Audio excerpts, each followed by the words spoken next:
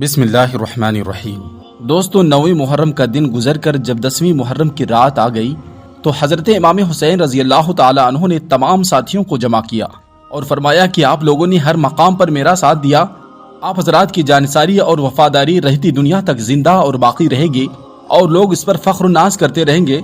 آج یزیدی لشکر میرے خون کا پیاسا ہے، ان ظالموں کو آپ لوگوں سے کوئی غرض نہیں ہے، اگر وہ بیعت مانگتے ہیں تو میری مانگتے ہیں، سر مانگتے ہیں تو میرا، اس لیے بخوشی میں تم لوگوں کو اجازت دیتا ہوں کہ تم جہاں چاہو رات کی تاریکی میں چلے جاؤ۔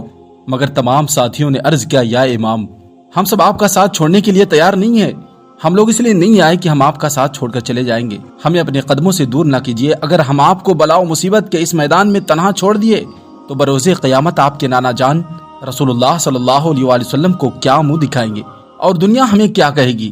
حضرت امام پاک نے اللہ تعالیٰ کا شکر ادا کیا اور اپنے خیمہ کے گرد خندق کھودنے کا حکم دے دیا۔ چنانچہ خندق کھودی گئی اور صرف ایک راستہ رکھا گیا جہاں سے نکل کر دشمنوں سے مقابلہ کیا جائے، اور خندق میں آگ لگا دی گئی تاکہ کوئی یزیدی دشمن خیمہ کے اندر نہ آ سکے۔ رات دھیرے دھیرے گزر رہی تھی۔ حضرت امام پاک نے اپنے پیارے بیٹے حضرت علی اکبر سے فرمایا، بیٹے جاؤ میدانی جنگ کا نقشہ دیکھ آؤ۔ حضرت علی اکبر رضی اللہ تعالی عنہ میدان میں پہنچے تو کیا دیکھتے ہیں کہ سارا میدان خالی ہے اور فرات کے نہر پر پہرا لگا ہوا ہے اور ایک برقع پوش خاتون ریت کے ذرات میں سے کنکریاں چن رہی ہے۔ حضرت علی اکبر یہ منظر دیکھتے ہیں تو میدان سے واپس چلے آتے ہیں اور میدان جنگ کا سارا نقشہ بھی بتا دیتے ہیں۔ حضرت امام پاک کی آنکھوں میں آنسو آ گئے۔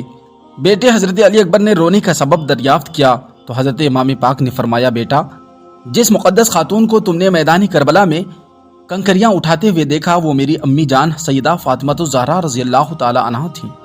10 محرم کی رات حضرت امام پاک اور تمام ساتھیوں نے عبادت و ریاضت کی، تلاوت قرآن کریم کی، فجر کا وقت ہوا، اذان پڑھی گئی اور امام حسین نے امامت فرمائی۔ تمام حق پرست ساتھیوں نے امام پاک کی اقتداء میں نماز فجر ادا کی۔ سامنے یزیدی فوج کی تلواریں چمک رہی ہیں، ادھر نماز عشق ادا ہو رہی ہے۔ 10 محرم الحرام سن 61 ہجری جمعہ کا قیامت نما دن آ گیا اور دنیا سے سفر کرنے والے بھوکے پیاسے غریب الوطن مسافر اپنی زندگی کی آخری نماز فجر ادا کر رہے ہیں اور سورج طلوع ہوا۔ ادھر عمرو بن سعد نے اپنے 22,000 فوج کو میدان میں لا کر جنگ کا نقارہ بجا دیا۔ حضرت امام حسین رضی اللہ تعالی عنہ میدان جنگ میں تشریف لے گئے اور اتمام حجت کے لیے ایک تقریر فرمائی۔ حمد و صلوات کے بعد امام پاک نے فرمایا، اے یزیدی لشکر کے لوگوں، میں تمہیں آگاہ کرتا ہوں کہ خون ناحق حرام اور اللہ تعالیٰ کے قہر و غضب کا سبب ہے، تم اس گناہ میں مبتلا نہ ہو۔ میں نے کسی کا قتل نہیں کیا، کسی کا گھر نہیں جلایا، اگر تم اپنے شہر میں میرا آنا پسند نہیں کرتے ہو تو مجھے واپس جانے دو، میں تم سے کسی چیز کا طلبگار نہیں، میں تمہارے در پہ آزار نہیں، تم کیوں میری جان کے در پہ ہو اور تم کس طرح میرے خون کے الزام سے بری ہو سکتے ہو؟ قیامت کے دن تمہارے پاس میرے خون کا کیا جواب ہوگا؟ اپنا انجام سوچو اور اپنی عاقبت پر نظر ڈالو، پھر یہ بھی سوچو اور سمجھو کہ میں کون ہوں، میرے نانا جان کون ہے، میرے والد کون ہے، میری والدہ ماجدہ کون ہے۔ میں اس رسول کا نواسا ہوں جس کا تم کلمہ پڑھتے ہو، مجھ کو رسول اللہ صلی اللہ علیہ وسلم نے اپنا بیٹا فرمایا ہے، جس کے امتی ہونے کا تم دعویٰ کرتے ہو۔ میں اس باپ کا بیٹا ہوں جس کو شیر خدا علی المرتضیٰ فاتح خیبر کہا جاتا ہے۔ میں اس ماں کا بیٹا ہوں جس کو رسول اللہ صلی اللہ علیہ وسلم نے راحت جان اور اپنے جگر کا ٹکڑا کہا ہے اور جنتی عورتوں کی سردار فرمایا ہے۔ میں وہی حسین ابن علی ہوں جس کی محبت رسول اللہ صلی اللہ علیہ وسلم نے اپنی محبت فرمایا ہے۔ میں وہی حسین ہوں جو خود نہیں آیا بلکہ تمہارے بلانے پر آیا ہوں۔ تو کیا ایک بلائے ہوئے مہمان کا حق یہی ہے جو تم ادا کر رہے ہو؟